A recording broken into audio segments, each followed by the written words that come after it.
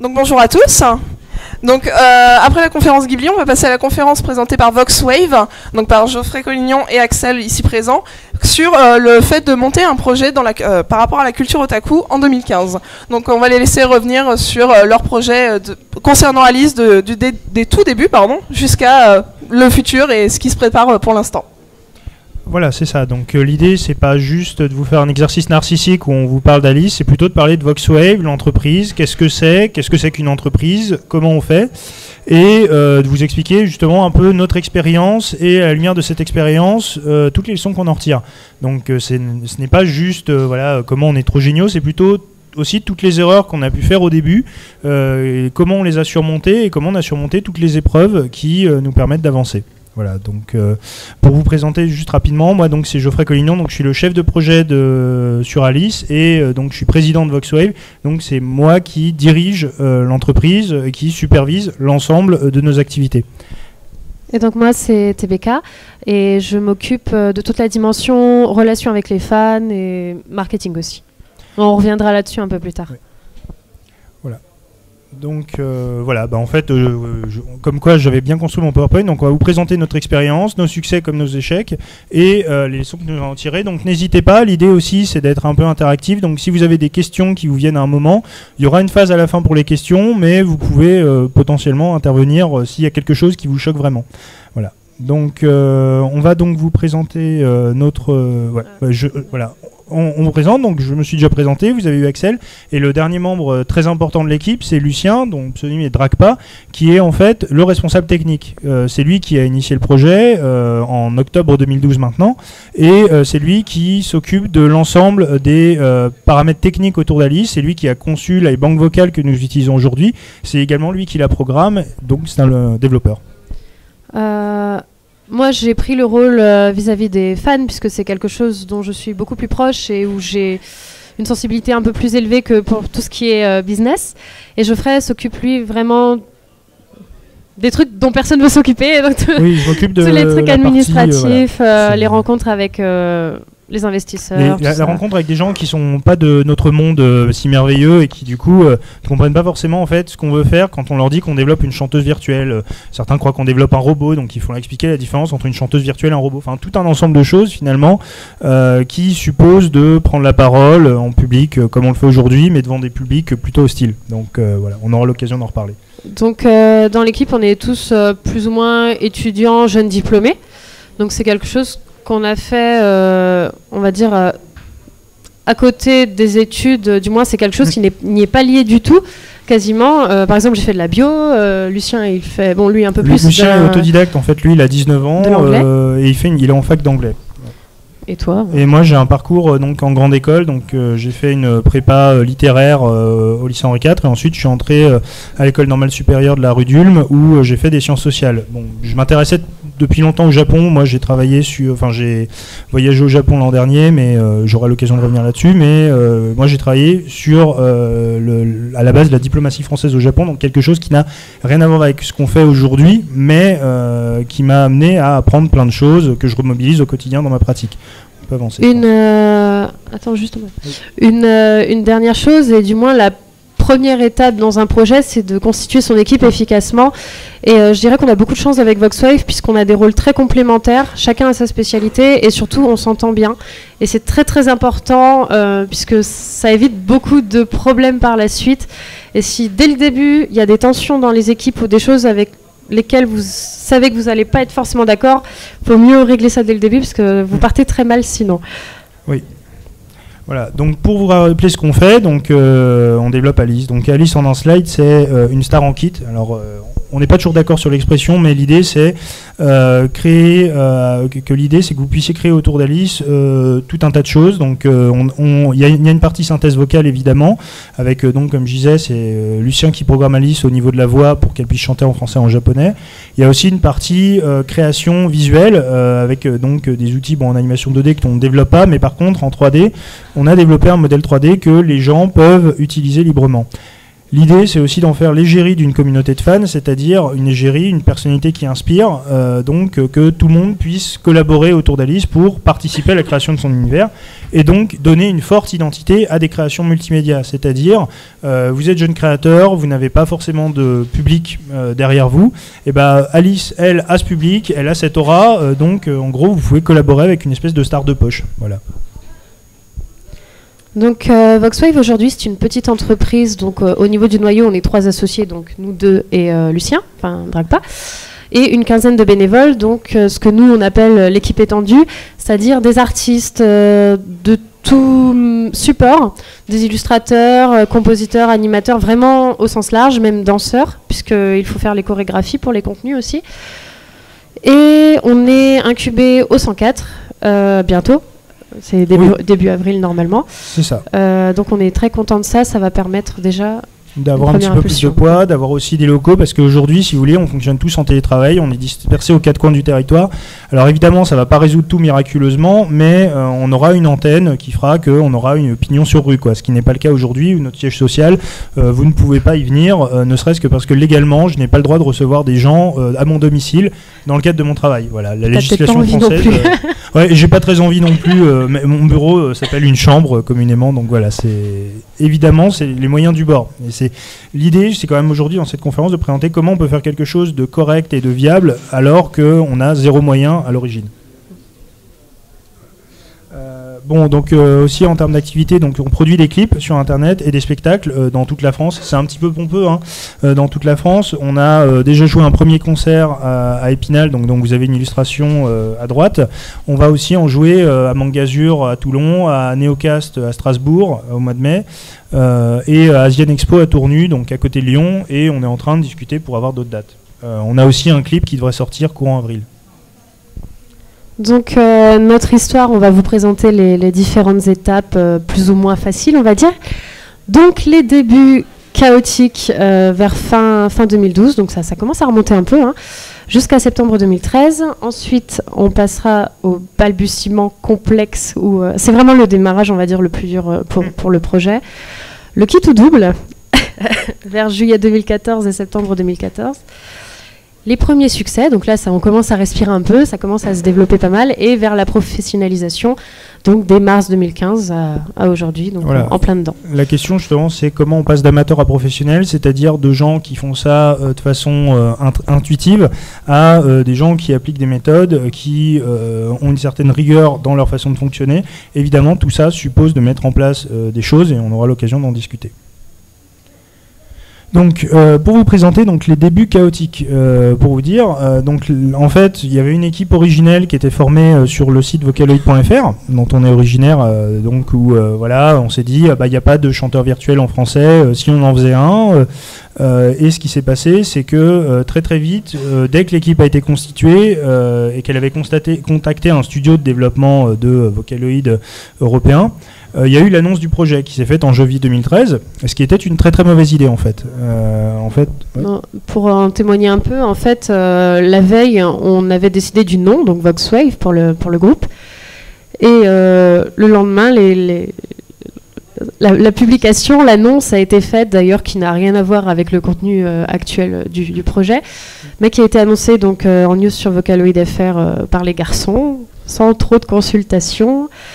Et les news comme ça va très vite dans la communauté, donc en 24 heures, ça va faire le tour de tout le monde, voilà, de toute la planète. Voilà, en fait, vu que c'est une communauté qui est très dense, où il y a beaucoup d'échanges, c'est un peu, voilà, vous annoncez un nouvel animé, vous savez que la grosse partie de la communauté hardcore va être au courant. Bah là, c'est la même chose.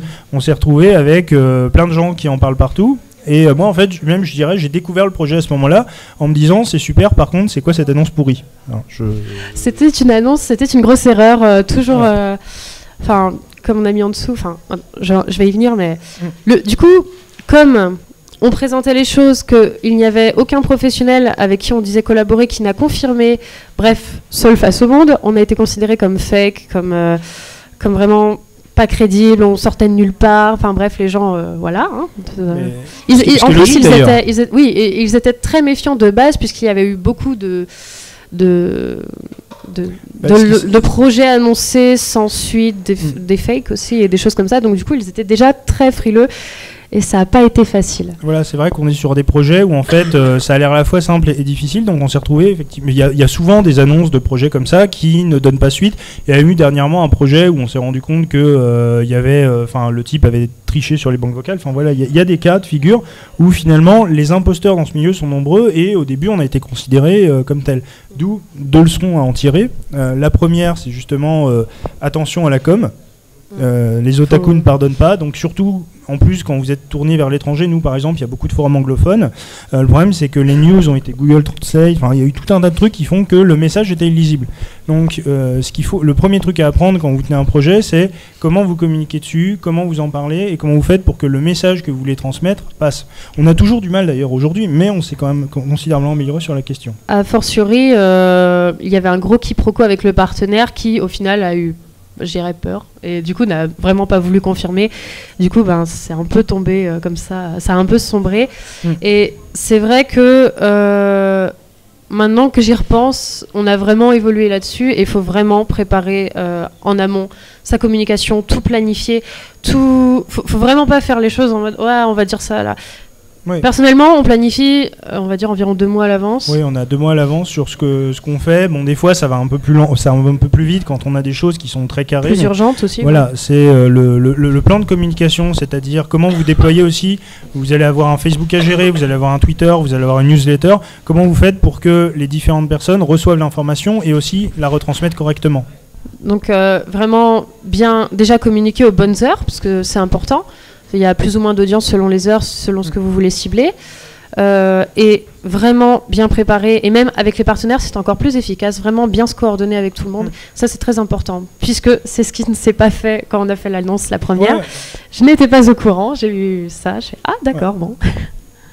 C'est ça. Donc on peut avancer, voilà. Donc là on s'est retrouvé après dans les balbutiements complexes, c'est-à-dire le moment où en fait on s'est rendu compte qu'on avait une très belle équipe, on voulait tous trop faire plein de choses ensemble, et en fait il se passait rien parce qu'on décidait à chaque fois de tout voter à l'unanimité. Donc en fait paradoxalement dans la gestion de projet, la dictature est souvent la meilleure option. Alors attention, ce que je veux dire par là, ça veut dire qu'il faut qu'il y ait quand même ultimement quelqu'un qui soit responsable de tout. Ça ne veut pas dire qu'il fasse tout, ça veut juste dire qu'il en gros soit au courant de tout et retransmettre correctement les informations, surtout quand vous avez différentes choses à gérer. Nous, on a une partie communication à gérer, on a une partie technique à gérer, on a une partie artistique. Il faut que moi, en gros, je suis en charge de ça. Et donc, cette réorganisation, elle s'est opérée en septembre 2013. Donc, vous voyez, janvier à septembre, il s'est à peu près rien passé. Voilà. Quand je vous disais qu'on avait des rôles très complémentaires, c'est aussi là que justement, on était beaucoup plus au début, mais il y avait des doublons au niveau des rôles, c'était pas efficace, c'était pas rapide, c'était vraiment, ça avançait pas. Et du coup, on a recentré vraiment en donnant des rôles clés à chacun, en définissant bien ce que chacun devait faire. Et c'est là que ça a avancé tout de suite. Et pareil, comme Geoffrey disait, il y a plusieurs sections artistiques, communication, et il y a un responsable pour chacun, et Geoffrey qui va superviser tout. Et ça marche beaucoup mieux comme ça, puisque ça évite de devoir gérer 15 choses différentes en même temps. Et surtout, après, quand vous devez en plus étendre vos activités, par exemple, au début, on n'avait qu'une fonction technique, mais quand on se retrouve à faire des concerts, y a des gens qui ont des compétences pour les concerts. Donc, il faut qu'il y ait aussi... En fait, c'est plus facilement adaptable, vous êtes plus souple. Quand vous savez qui est responsable de quoi, vous voyez s'il faut rajouter une responsabilité à quelqu'un ou s'il faut créer quelque chose ex nihilo dans votre organigramme, quoi. Pour avancer, donc après nous on s'est retrouvé à faire donc une enquête auprès des fans parce qu'on s'était dit c'est cool, on veut faire un chanteur virtuel masculin avec une voix, je crois une voix très grave, virile. En gros on aurait créé Kenshiro virtuel. C'est super, mais en fait on s'est rendu compte que en faisant une enquête auprès des fans que les gens ne voulaient pas du tout ça en fait. Eux ce qu'ils voulaient c'était une fille avec une voix avec une certaine versatilité, c'est-à-dire qui puisse être dans les voix, dans les graves et dans les aigus. Et c'est là aussi où on s'est rendu compte que ce qui était intéressant dans les chanteurs virtuels, c'était le côté participatif, c'est-à-dire c'est pas nous on fait un truc super, venez voir, c'est plutôt on va faire un truc super et vous pouvez y participer. C'est pas juste voir, c'est aussi agir.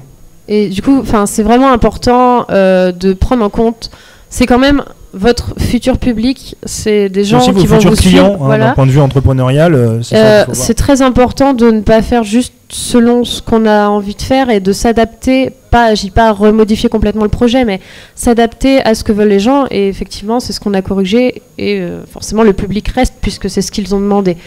Faut vraiment pas partir... Faut partir du principe que vous allez changer 15 fois de projet. C'est ce qui s'est passé de notre côté, et je pense qu'on n'est pas les seuls. Ouais. On s'adapte, selon les circonstances, on réévolue, et voilà. Ouais. Après, on a eu donc un rapprochement avec des partenaires potentiels. Donc, d'ailleurs, on en a, par exemple, on a monté un site internet, on est hébergé toujours aujourd'hui sur, alors je crois que c'est les serveurs de la brigade SOS, mais ou de Axel. Alors, je me rappelle plus le détail. C'est toi. On squatte chez eux. On squatte chez eux. C'est Keul qui s'occupe. Voilà, c'est Keul d'ailleurs ici présent. Vous voyez, donc on le remercie bien fort. Qui voilà constitue un de nos premiers partenaires, parce que justement, ce qui va être important, c'est vos premiers soutiens, les gens qui vont vous prendre au sérieux, qui vont croire en vous et du coup qui vont vous donner confiance en vous, parce que souvent l'étape ça va être voilà, je fais un truc dans mon coin, personne s'y intéresse, personne n'y croit. Quand vous avez des partenaires potentiels qui vous font confiance, et ils sont nombreux en France, hein, la brigade SOS, on n'a pas eu beaucoup à faire pour qu'ils nous écoutent. On a eu aussi des rapprochements avec le dernier incubateur avant la fin du monde qui nous ont donné des conseils parce qu'on envisageait une campagne de financement participatif. On a eu aussi des rapprochements avec différents studios de développement de chanteurs virtuels japonais cette fois. Donc voilà, ce qui est important, c'est d'aller vers des projets qui peuvent être complémentaires des vôtres ou tout simplement qui peuvent vous donner du relais.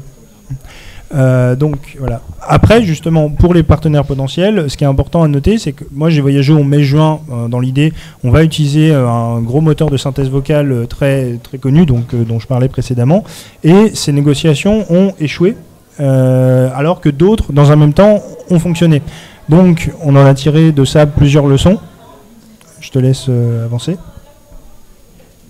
C'est donc la leçon 1, là c'était justement quand on disait notre enquête, en fait on avait envoyé des informations, on avait envoyé des échanges, on avait discuté. Des choses confidentielles. Voilà. Mais en parallèle on avait continué à avancer sur notre projet, on avait continué à le définir, à donner un look à Alice, à lui donner un nom déjà aussi. Et on avait fait aussi tout un travail que vous ne voyez pas qui consiste à protéger votre travail. Protéger votre travail, ça passe par exemple à déposer votre marque, c'est-à-dire vous avez un projet qui s'appelle VoxWave, voilà, vous comptez l'utiliser partout, déposez votre marque parce qu'ensuite, si quelqu'un le fait à votre place, il peut venir vous dire, bah voilà, vous voulez utiliser telle marque, c'est 30 000 €. Donc voilà, c'est arrivé, hein, il y a des projets qui coulent tous les ans parce qu'ils n'ont pas fait leur dépôt de marque. C'est important aussi de vous protéger par des contrats. Vous travaillez avec quelqu'un qui a du matériel graphique, des illustrations, des choses comme ça. C'est important de préciser dans quel contexte vous utilisez son illustration. Parce que le jour où vous prenez la tête avec et qu'il décide de quitter, il peut aussi décider de partir avec tout ce qui vous a fourni et du coup votre entreprise coule avec. Ça c'est le droit légal, tout ça, tous les trucs, la paperasse, c'est très très lourd, très très compliqué, c'est ce qui nous prend le plus de temps et c'est quelque chose qu'on n'apprend pas en une journée, donc faut s'accrocher, faut pas lâcher, ça paye mais c'est vraiment très long. Mais ça pour le coup le conseil juridique, c'est possible aussi de trouver pas trop difficilement des avocats qui s'intéressent justement aux jeunes projets, qui peuvent vous donner des conseils. Même nous par exemple, on a des gens dans notre équipe qui sont spécialisés du droit d'auteur français, qui est un truc très particulier, qui est très bien, très protecteur des auteurs, mais voilà, le code de la propriété intellectuelle c'est assez complexe, mais utilisable. L'autre point aussi, donc, c'est justement, c'est bien de vous entourer de partenaires potentiels, c'est bien de prendre des conseils. Hein. Moi, je vois régulièrement d'anciens élèves de mon école qui me donnent beaucoup de conseils, mais c'est pas au détriment de l'action. C'est-à-dire que c'est vous qui montez votre projet, et ça, il faut pas l'oublier. Et donc, vu que c'est vous qui êtes seul maître à bord, à un moment, on va vous donner des conseils et vous allez vous dire, ça, je suis pas convaincu que ce soit une bonne idée. Bah, des fois, vous pouvez avoir très raison de ne pas écouter des conseils, même de gens très expérimentés, de décider de vous y fier. Nous, dans certains cas, on a écouté un peu trop certains conseils, ça nous a pas forcément rendu service. Et enfin, le dernier point, si vous voulez travailler avec le Japon, bon courage.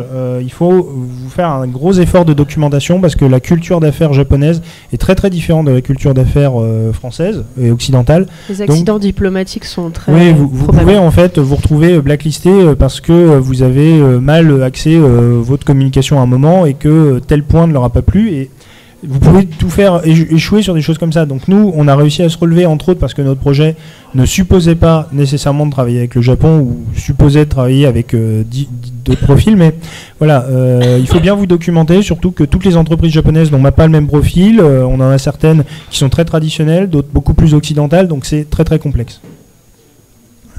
Donc ensuite, je vais reprendre. Ensuite, on a fait le kit ou double, le coup de poker. Donc en fait...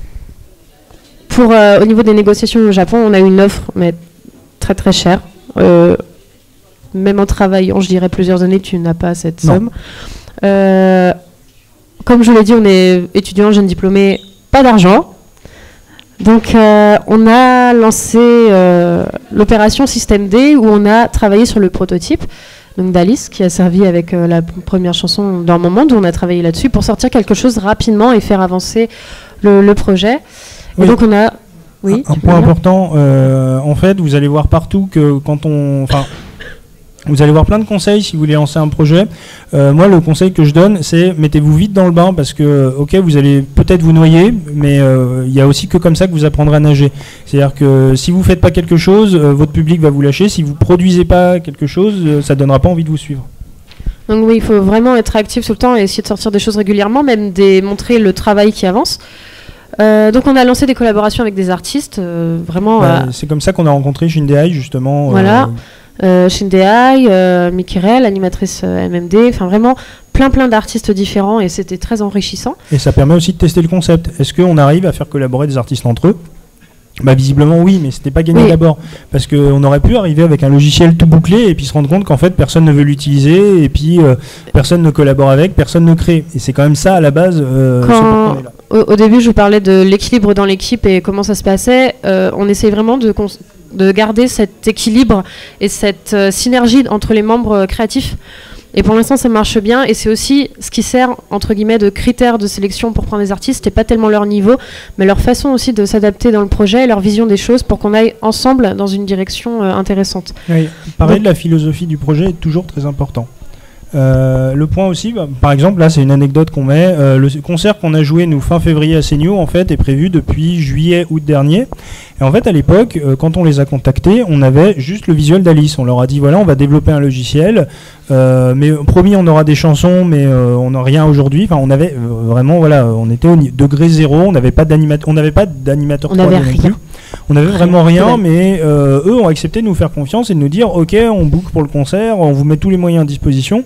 C'est un peu de la pression quand même, mais c'est ça aussi qui vous met une deadline qui fait que vous savez que vous devez tout faire pour cette date-là et que ça permet de donner quand même un gros coup d'accélérateur. Et c'est pour ça qu'on n'avait rien à part une équipe. Et c'est le point important, c'est ne jamais sous-estimer le facteur humain et le fait qu'avoir une équipe qui est mobilisée dans votre projet, à qui vous confiez des responsabilités, souvent c'est ça qui va permettre aux choses d'aller d'avant. Voilà, donc je prends. Leçon. Je prends. Donc les leçons de ce coup de poker qui te double, c'était plus jamais. C'était horrible. Les pressions des deadlines, l'animation du concert prenait une éternité. C'était vraiment image par image. On pouvait pas faire de motion capture, rien. Du coup, c'était horrible. En plus, dans l'équipe, c'est des gens qui faisaient ça après leur cours, après leur journée, la nuit, qui ne dormaient pas. Enfin, vraiment, je vous laisse imaginer. C'était beaucoup de stress et c'était vraiment trop pour les nerfs. Voilà, et puis aussi beaucoup d'interlocuteurs à gérer, et puis il faut vérifier que tout le monde a bien compris. Enfin, quelque part, le plus jamais ça, c'était parce qu'effectivement, c'était très très complexe à faire. Ça a fonctionné, ça aurait pu ne pas fonctionner. C'est pour ça qu'on a appelé ça qui tout double. Et l'idée aussi, mais en même temps, c'est ça qui nous a permis d'avancer. Ouais, le point, juste du coup sur les autres leçons, c'est qu'effectivement, déléguer, c'est survivre. Et je te laisse expliquer. Oui, déléguer, c'est survivre. Alors, je vous explique pas le nombre de burn-out qu'on a fait, crise de nerfs, de pleurs, de tout ce que vous voulez. Ça arrive, c'est normal. L'essentiel, c'est de s'en remettre, notamment lui. Alors lui, en fait, comme c'est le chef de projet, c'est un peu compliqué quand nerveusement ça craque. Je craque nerveusement à peu près 3 fois par mois, en disant, voilà. Mais à l'inverse, je motive les gens aussi, je remonte le moral de tout le monde tout le temps. C'est l'inverse. Hein. Et l'avantage d'une équipe soudée, motivée, c'est que justement les gens s'entraident, se soutiennent les uns les autres. Quand il y en a un qui craque, les autres sont là. C'est un peu plus compliqué quand il y en a plusieurs qui craquent en même temps. Mais... Ouais. Et c'est pour ça que je dis déléguer, c'est survivre. C'est aussi donner aux gens des responsabilités. Ça vous permet, vous, quand vous savez que ces gens sont bons dans leur domaine, voilà, donc c'est un musicien qui fait des morceaux qui ont plusieurs millions de vues sur YouTube. C'est quelqu'un qui connaît son boulot en matière de musique. Donc je vais pas aller vérifier à sa place qu'il fait, je vais juste vérifier qu'il l'a bien fait et voir, il va venir me le dire lui-même. Donc déléguer, voilà, je vais pas moi essayer de composer des morceaux alors que je sais même pas jouer d'un instrument. Et du coup, la leçon 3 que j'ai mis, This You Can Trust, référence à Conan le Barbare, on peut se fier à son épée, c'est le fait qu'au final, dans un projet, vous ne pouvez vous faire confiance qu'à vous et à votre équipe. Donc, encore une fois, le facteur humain est déterminant. prends. Ouais. Donc les premiers succès où ça commence tranquillement à vraiment se développer et à avoir des résultats.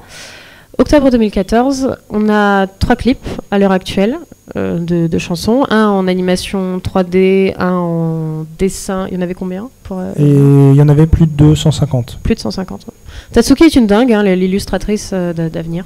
Ouais, on a des gens dans l'équipe qui, en fait, à chaque fois, on s'est entouré de personnes aussi. C'est ça qui est important. C'est des gens qui font des paroles, des gens qui font de la musique, des gens qui font de l'animation, et donc toute une équipe de talents très complémentaires. Et c'est ça le premier gros succès. Il faut jamais négliger les gens avec qui vous travaillez. Il faut vraiment garder, soit au plus bas, une entente cordiale avec les gens. Sinon, vraiment entretenir des très bonnes relations. C'est des amis aussi, parfois, souvent, pour nous.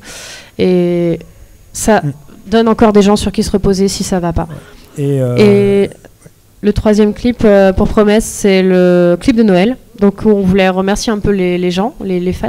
Et on les a laissés dessiner en reprenant le design d'Alice Hiver. Et on a intégré tous leurs dessins dans le clip pour la chanson. Une façon de dire merci aussi à leur soutien et une façon aussi qu'ils puissent intervenir sur le projet directement. Et donc le dernier en réalisation où Tatsuki a fait plus de 300 dessins cette fois avec de l'animation 2D et qui devrait sortir dès que l'animation est finie. Ouais. Et tout ça, en fait, ça nous a permis. Alors maintenant, on en est à plus de 500 000 vues. Donc on est passé évidemment à un stade de notoriété où c'était peut-être 2000 personnes qui devaient connaître le projet. À maintenant, il ne se passe plus une convention sans que les gens nous disent ah bah oui, j'ai déjà entendu parler d'Alice, oui, j'ai déjà regardé les clips. Enfin, vous franchissez un bond qualitatif tout de suite dès que vous avez quelque chose de très visible et qui attire l'attention, évidemment. On s'en rend pas compte d'ailleurs parce qu'à Medinasia, on a réalisé. Enfin, c'était très bizarre parce que autant sur internet on voit les réactions, autant quand on arrive IRL et qu'on entend les gens en parler, on fait ah bon, tu connais Alice? Comment ça se fait? Et c'est ça aussi pour la partie commerciale, ce qui vous permet de survivre, c'est tout simplement qu'est-ce qu'on vend concrètement avec Alice. Pour l'instant, on vend des produits dérivés autour du personnage. Alors certains pourraient dire oui, c'est un peu précoce, prématuré, on connaît pas, mais en fait, plutôt vous commercialisez quelque chose, le but d'une entreprise fondamentalement, c'est de vendre. Alors on essaie nous de ne pas vendre à outrance et de vendre quelque chose qui est qualitativement intéressant. On vend pour survivre déjà. Mais voilà, ça va vous permettre aussi tout simplement de vérifier que les gens s'intéressent à votre projet, parce qu'au final, une entreprise, si elle coule, c'est aussi peut-être tout simplement qu'elle ne trouve pas de clients, tout simplement parce que son projet ne coïncide pas avec un fonctionnement du marché. Si vous arrivez à vendre quelque chose, ça vous permet de subsister. Si vous arrivez à petit à petit réinvestir ce que vous gagnez dans le reste, c'est la logique d'ailleurs du capitalisme, vous pouvez tout simplement vous développer, vous pouvez attirer des gens. Il y a d'autres personnes qui vont s'intéresser à vous, par exemple les investisseurs privés qui vont accepter de mettre de l'argent dans votre projet pour vous aider à le développer. Enfin, c'est quelque part, vaut mieux commencer très petit et progressivement grossir que vouloir d'emblée partir avec quelque chose de complètement préformaté que vous allez devoir modifier 3 fois ou alors que vous n'allez pas pouvoir modifier parce que justement vous n'aurez pas la marge de manœuvre pour le faire. Et typiquement, quand on s'est retrouvé avec plus de 1000 personnes à notre concert, nous ça a été une grosse surprise parce que à la base on était parti sur on fera un concert une fois que le logiciel sera distribué. Et en fait on se retrouve à faire des concerts alors que notre logiciel n'est pas distribué et on a du public. Ça marche. Il faut vraiment toujours s'adapter, rebondir, et c'est vraiment le plus important. Voilà. Donc sur les leçons, justement, c'est la leçon 1, c'est ne jamais rien lâcher, c'est-à-dire si vous tenez à votre projet, si vous êtes passionné par votre projet, il ne faut pas abandonner. Alors bien sûr, ça ne veut pas dire que vous n'allez pas déprimer à un moment, et c'est ça aussi qui est important. Quand vous êtes tout seul sur votre projet, vous pouvez vous retrouver à déprimer dans votre coin et puis votre projet meurt. Quand vous êtes en équipe, vous avez tout de suite beaucoup plus de synergie, ce qui fait que vous pouvez parler aux gens, vous pouvez extérioriser, et eux-mêmes, des fois, vont vous apporter des retours. Moi, c'est vrai que en tant que chef de projet, je peux avoir des doutes sur mes compétences, sur ma capacité à bien mener les choses, et le fait d'avoir des gens pour me rassurer là-dessus, c'est quelque chose d'important. La chose aussi importante, c'est de s'entourer de gens différents de vous. Pourquoi? Justement parce que, comme on disait, on est très complémentaires. Vous voyez bien, on n'a pas la même façon de parler, on n'a pas la même façon de s'exprimer, on n'a pas la même façon d'intervenir, mais c'est ça qui constitue la richesse d'un projet. Surtout, ça permet d'avoir un point de vue extérieur, parce que nous, ça va être la communauté des chanteurs virtuels autour, mais même des gens encore extérieurs, ça va être très intéressant d'avoir leur point de vue pour avoir vraiment une vision totalement objective du fonctionnement du projet, si c'est viable, des choses comme ça, si c'est assez captivant, si on va dans le mur. C'est vraiment très très intéressant. Nous, par exemple, on a une personne dans l'équipe qui vient du milieu de la BD franco-belge et de l'édition plus largement BD en France. Donc son point de vue, elle, n'est pas du tout un point de vue de je m'intéresse aux chanteurs virtuels, c'est super. Au contraire, même, elle était plutôt réfractaire au début, elle aimait pas du tout. Et elle a commencé à trouver ça intéressant justement par les nombreuses possibilités créatives que ça offre. Et tout l'aspect éditorial qu'il est possible de faire. Je dis pas qu'on fera un manga Alice, hein, c'est pas ce que je suis du tout en train de dire. Ce que je veux dire, c'est que voilà, c'est important en plus d'arriver à convaincre de la viabilité du projet quelqu'un qui est réfractaire, parce que ça veut dire que votre projet est solide. Et cette solidité, vous allez manifester comme ça. Et la leçon 3, apprenez à hiérarchiser les priorités. Il y a des deadlines, il y a des choses très importantes, type les contrats. Je dis pas ça pour toi. Ouais, non, je suis toujours en retard sur mes rédactions de contrats, c'est un enfer. Parce que, c'est très très important de prioriser les choses. Il y a des choses, ça peut attendre 2 semaines, ça peut attendre. Faites les choses les plus urgentes, parce que si vous les faites pas, ça risque de vous retomber dessus plus tard. Ça nous est pas encore arrivé, mais et en fait, ce que vous aurez fait avant n'aura servi à rien, puisque ça va planter. Enfin, le fait d'avoir délégué différer quelque chose que vous auriez dû faire avant, ça risque de planter le projet en entier, et au final, ce que vous aurez fait avant n'aura servi à rien. Donc il faut vraiment assurer ses arrières et bien poser les bases et les structures. Oui, c'est ce que je disais par exemple sur le dépôt de marque. Un dépôt de marque, c'est embêtant, faut mettre 200 € dans un dépôt de marque. C'est une somme, mais en même temps, c'est cette somme qui est le prix de votre tranquillité par rapport à votre projet, et de savoir que personne n'utilisera votre nom sans que vous n'en ayez pas envie, quoi. Donc en route vers la professionnalisation, donc c'est un peu le stade auquel on en est aujourd'hui. Donc après avoir joué un concert, forcément vous n'êtes plus au même degré, c'est-à-dire ça veut dire que vous n'êtes plus juste sur internet, mais aussi qu'en vrai vous êtes capable de mobiliser des gens, ce qui reste toujours beaucoup plus impactant. Du coup, on a des dates qui se débloquent pour les concerts, c'est-à-dire des gens qui viennent nous voir maintenant et qui nous disent c'est super ce que vous faites, on voudrait vous voir chez nous. Alors qu'avant, c'était nous qui devons supplier les gens. Je dis pas que c'est trop bien d'avoir plein de du pouvoir comme ça. C'est plutôt que ça montre. C'est toujours compliqué selon les événements, ouais. Mais c'est vrai que c'est plus facile maintenant qu'ils ont vu un résultat concret du projet. C'est pour ça aussi, toutes les étapes, à chaque fois, c'est montrer qu'il y a quelque chose, montrer du contenu, même si c'est en cours, montrer que ça avance, montrer que c'est pas juste des mots sur du papier ou un projet. Et c'est là que les gens viendront, tout comme pour refaire une équipe, généralement, travailler avec un noyau dur, monter une base, et là, les gens vont pouvoir, si vous voulez, d'autres personnes dans le projet, vont pouvoir se baser sur la base et rejoindre le truc en voyant que ça commence et que c'est concret.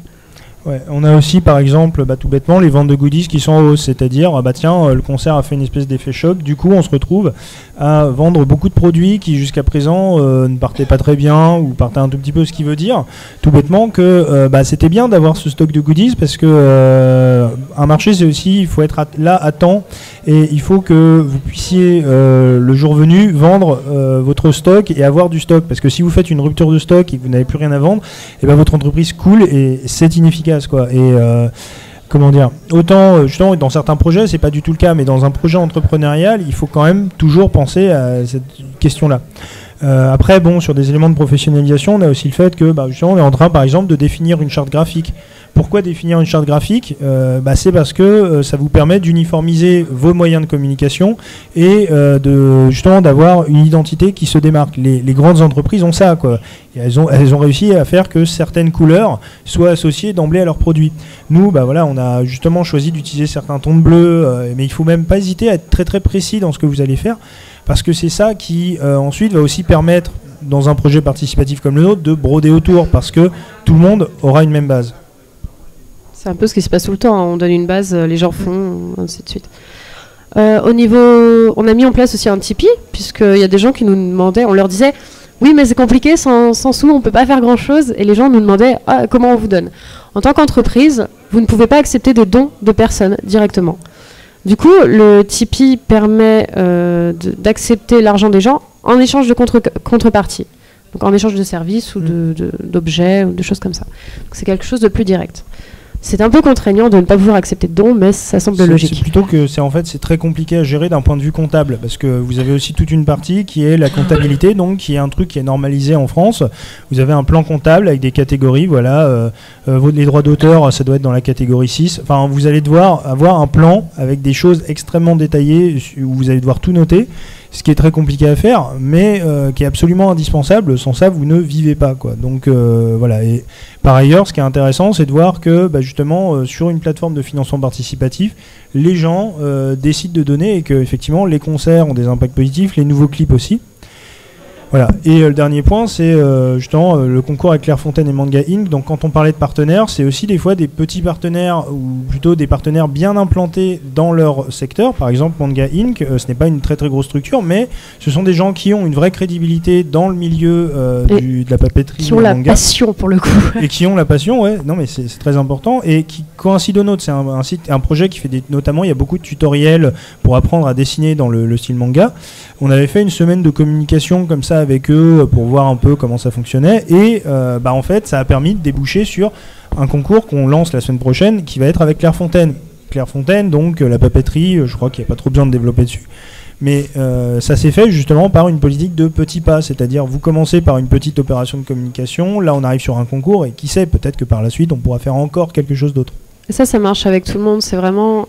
Une fois qu'il y a une petite collaboration qui a bien marché, vous allez savoir avec qui vous aimez travailler et vous allez refaire des choses avec eux plus gros et de plus en plus gros et ça c'est efficace.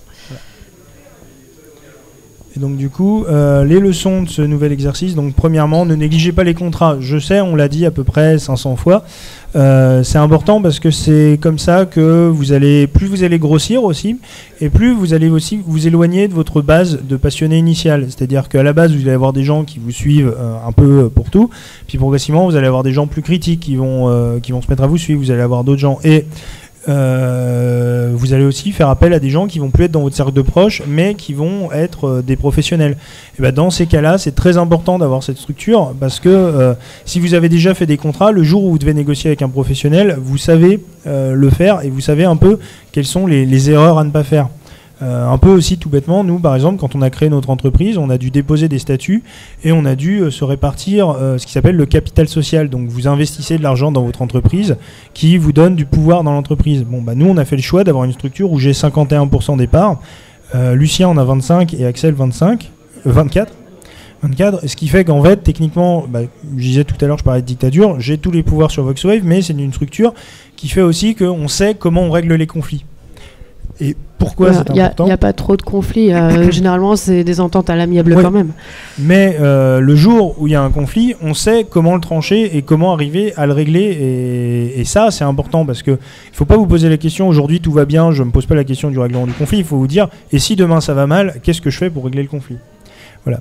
La leçon 2, évidemment, c'est ne jamais se reposer sur ses acquis, c'est-à-dire vous avez réussi à faire plein de choses qui fonctionnent, très bien, posez-vous la question de comment vous pouvez faire quelque chose qui fonctionne encore mieux. Nous, par exemple, à chaque chanson d'Alice, les gens notent les progrès qu'on fait sur le plan technique parce qu'on a quelqu'un qui est là-dessus. Moi, j'essaie en permanence aussi d'améliorer la structure des contrats pour avoir quelque chose qui soit simple et clair, parce qu'au début, vous faites un contrat et vous allez faire ce qui s'appelle des avenants, c'est-à-dire des modifications, et puis vous allez modifier l'article 2 et puis l'article 4. Ça vous permet d'améliorer vos routines et en fait, d'avoir un fonctionnement qui marche beaucoup mieux. Voilà. Oui, l'information, c'est ça. Pour la leçon 3, il y a apprenez à niveler l'information, c'est-à-dire que dans l'équipe, donc comme j'ai dit, on est une équipe étendue, donc on est une quinzaine maintenant. Ouais. Et les gens, par exemple, qui font la danse, n'ont pas besoin de savoir qu'on est en train de travailler sur tel contrat ou tel papier ou tel truc, tel papier administratif. Ça va plus les embrouiller qu'autre chose. Il faut mieux qu'ils se concentrent avec les données dont ils ont besoin sur ce qu'ils sont en train de faire, sur quoi ils sont en train de travailler. Et c'est en ça que c'est important. C'est aussi les responsables. Les responsables vont avoir plus d'infos au niveau de leur tête, mais c'est pas qu'on cache des infos, c'est que c'est plus efficace. C'est que justement, c'est aussi, par exemple, tout bêtement, je prends un exemple, Lucien qui est au courant de beaucoup de choses, reste le responsable technique. Donc des fois, les informations au niveau des contacts moi commerciaux que j'ai, je vais attendre de le confirmer plutôt que de l'annoncer tout de suite en disant j'ai un super contact, parce que si vous le transmettez trop vite, ça crée des déceptions dans l'équipe s'il y a des choses qui finalement ne fonctionnent pas. Et tout simplement, ça surcharge d'informations votre équipe. Il y a des gens qui n'ont pas, qui ne souhaitent pas tout traiter, quoi. Donc voilà, tout le monde n'a pas besoin de tout savoir. Ça ne veut pas dire cacher des choses. Ça veut dire apprenez à qui vous transmettez de façon à ce que ce soit efficace. Et aussi parce que le risque, c'est que si vous pensez que tout le monde sait tout, vous allez vous rendre compte aussi qu'il y a des informations clés qu'une personne devrait savoir qu'elle n'a pas. Et ça, c'est un vrai problème. Et enfin, le dernier point, c'est anticiper des mois à l'avance le fait que vous allez grossir pour ne pas être pris de court. C'était ce que je disais sur le fait que voilà, on a des goodies le jour du concert. C'est en fait, ou tout simplement, nous, quand on a choisi de faire un concert à Seignou, à l'époque, on n'avait rien, mais on avait anticipé le fait qu'on aurait tout prêt en mars. C'était un pari, mais en même temps, une entreprise, c'est toujours un pari sur l'avenir. Vous êtes nécessairement toujours en train de faire un pari à partir du moment où vous décidez de vous engager dans un projet, d'y passer du temps et de le faire. Donc, autant parier sur le fait que tout va se passer au mieux tout en étant... tout en anticipant les problèmes. Tout en anticipant les problèmes, en se préparant à réagir aux problèmes, plus exactement. Voilà, et la conclusion, donc, c'est comment faire d'un défaut une qualité, parce qu'on a beaucoup de défauts dans notre équipe, et justement, on arrive... Voilà. De quoi ? On n'a que des tares. Ouais, on n'a que des tares. Et donc, voilà. Donc, jeune, en soi, c'est dans défaut, mais c'est plus vis-à-vis de ce qu'on a eu comme retour au niveau des investisseurs, tout ça, de l'administration. Ouais. Mais ça vous permet des dynamiques novateurs. Et ça vous permet aussi tout simplement, vous êtes jeune, ça s'applique pour les recherches d'emploi, je pense aussi. Oui, vous pouvez bénéficier aussi de l'expérience de vos anciens, c'est-à-dire que finalement, moi je sais que je passe mon temps à aller voir des gens même qui sont complètement extérieurs à tout ça, mais qui suivent le projet avec beaucoup d'intérêt, et le fait d'avoir des gens que vous allez voir une fois par mois, à qui vous allez présenter vos avancées, et qui vont vous dire mais pourquoi tu fais pas ça, pourquoi il n'y a pas telle chose, c'est évidemment très riche, c'est ce qui va vous donner du recul. Donc quelque part le fait d'être jeune ne signifie pas que vous ne pouvez pas être dynamique, que vous ne pouvez pas être novateur, et aussi que vous ne pouvez pas bénéficier de retours d'expérience. Désargenté, voilà, on vous a dit étudiant ou jeune diplômé, pas de sous, tout ça. Donc c'est pour ça aussi que notre équipe est composée de bénévoles, c'est des gens vraiment motivés qui ont envie de faire avancer le projet, et c'est de ces gens-là qu'il faut s'entourer, je pense, surtout au début. Ouais. Sachant que ça ne veut pas dire qu'il n'y a aucune contrepartie quand on dit bénévole, c'est qu'en fait, plus exactement, ils ont le statut d'auteur. Le statut d'auteur, qu'est-ce que ça veut dire ? C'est qu'en France, quand vous, par exemple, on édite un livre, l'auteur touche un pourcentage sur les ventes de ce livre. C'est la même chose, nous, sur des choses, par exemple, les clips, sur l'argent qui peut être généré par la publicité, toutes ces choses-là fait que vous vous associez à des auteurs à qui vous allez pouvoir, à partir d'un certain seuil, redistribuer les bénéfices. Donc, les gens, quelque part, acceptent de prendre un pari avec vous, qui ne veut pas dire, par contre, que vous allez vous faire des millions sur leur dos. Il faut quand même être très clair sur comment justement les bénéfices sont redistribués aux uns et aux autres. Et par ailleurs, le point important, c'est faire le maximum avec très peu, c'est possible.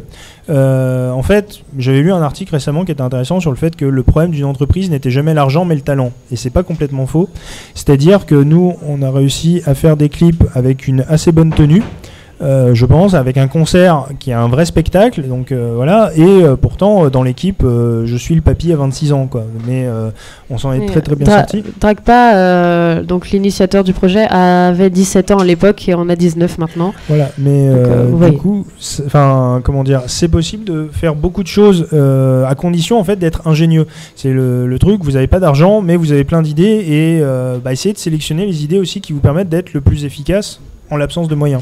On dit les choses comme ça, c'est pas de la prétention, on essaye d'expliquer plus ou moins ce qui s'est passé, donc n'hésitez pas après. C'est-à-dire, il vaut mieux faire quelque chose de moyen, sympa, qui peut aller vers le bien, voire le très bon et l'excellent, que rien du tout, tout bêtement.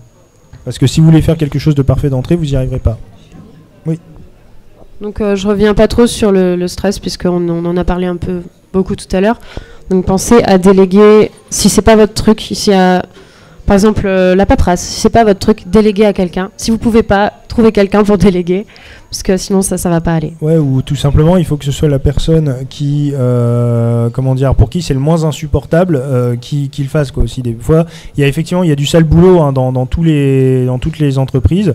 Il faut arriver à trouver une personne. Il faut que ce soit une personne d'ailleurs avec des responsabilités, parce que vous pouvez pas déléguer à quelqu'un qui n'est pas du tout investi dans l'entreprise, tout le sale boulot évidemment. Si j'avais délégué la communication à Dragpa, Voxwave aurait explosé. Hein, voilà, et inversement, si j'avais choisi de prendre en charge la partie technique, on aurait explosé. J'aurais explosé.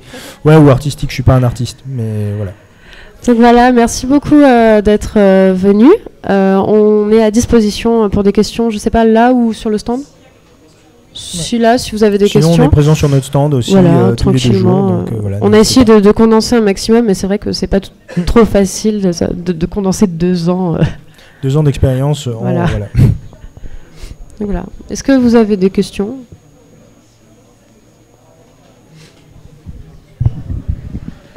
Bonjour, merci, c'était très intéressant. En fait, j'aimerais savoir quel genre de partenariat vous avez. Moi, je vous ai découvert en voyant un de vos clips sur la chaîne des Voxmakers, mais est-ce que vous avez d'autres partenariats, vous faites d'autres choses comme ça, ça peut être intéressant, je pense.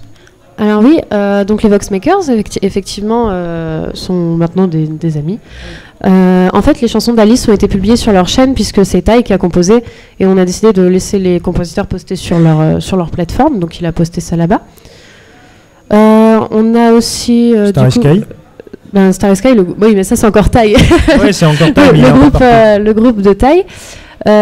Manga Inc, du coup, avec qui on a lié des liens. Oui, donc Manga Inc, il y a le côté justement, on est tous les deux des projets participatifs où eux apprennent aux gens à créer et nous on fournit aux gens des supports pour créer. Donc il y a des complémentarités évidemment. On a après dans des institutions un peu plus l'ENS.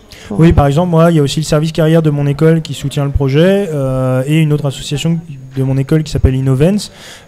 C'est, comment dire, des associations qui, en fait, ça, c'est pas avec qui on travaille pas forcément au quotidien avec, mais voilà, il y a des appels à projets dans lesquels on peut rentrer pour avoir potentiellement des financements. Ils vont m'envoyer des informations.